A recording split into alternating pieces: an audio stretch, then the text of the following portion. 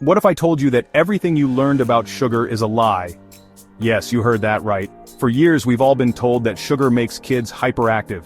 Parents, teachers, and even doctors have believed this for decades. Imagine a classroom buzzing with energy after a sugary birthday party. It's a scene we all know too well, right? But is it true? Does sugar really turn kids into little Energizer bunnies? Well, let's dive in. The myth goes something like this. Sugar rushes into the bloodstream, causing a spike in energy levels, which then results in hyperactive behavior. Parents have blamed sweets for everything from sleepless nights to chaotic playdates. But what if I told you this belief doesn't hold up under scientific scrutiny? Let's dig into the research. You've been tricked. Studies have been conducted where kids were given sugary treats or placebos without knowing which one they actually received. The astonishing results? No significant difference in behavior? That's right, kids were just as bouncy after sugar-free treats as they were after the real deal. Experts have weighed in too. Pediatricians and nutritionists alike agree. The sugar hyperactivity link is a myth. They point out that what we mistake for a sugar rush is often just kids being kids, excited, playful, and full of energy.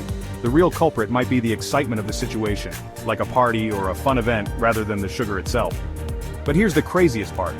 Did you know that believing in the sugar myth can actually make parents perceive their kids as more hyperactive? It's called the expectancy effect. When parents expect their kids to be hyper after consuming sugar, they're more likely to notice and report hyperactivity, even when there's none. Talk about a mind-blowing twist. So, did you believe this myth too? What other myths should we expose? Comment below, I can't wait to hear your thoughts. Now let's take a closer look at why this myth has persisted for so long. It all started with a few small studies in the 1970s that suggested a link between sugar and hyperactivity. These studies were widely publicized, and the idea quickly took hold in the public consciousness. However, subsequent research has failed to replicate these findings. In fact, many well-designed studies have found no evidence that sugar causes hyperactivity in children. So why do so many people still believe this myth?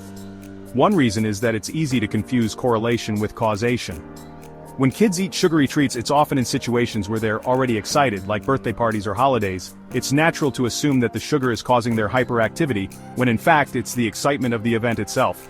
Another reason is the power of suggestion. When parents expect their kids to be hyper after eating sugar, they're more likely to notice and remember instances of hyperactivity.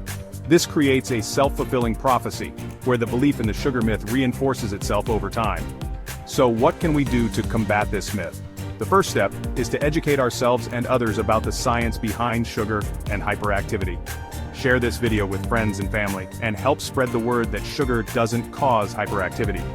By challenging these myths, we can make more informed choices about our health and the health of our children.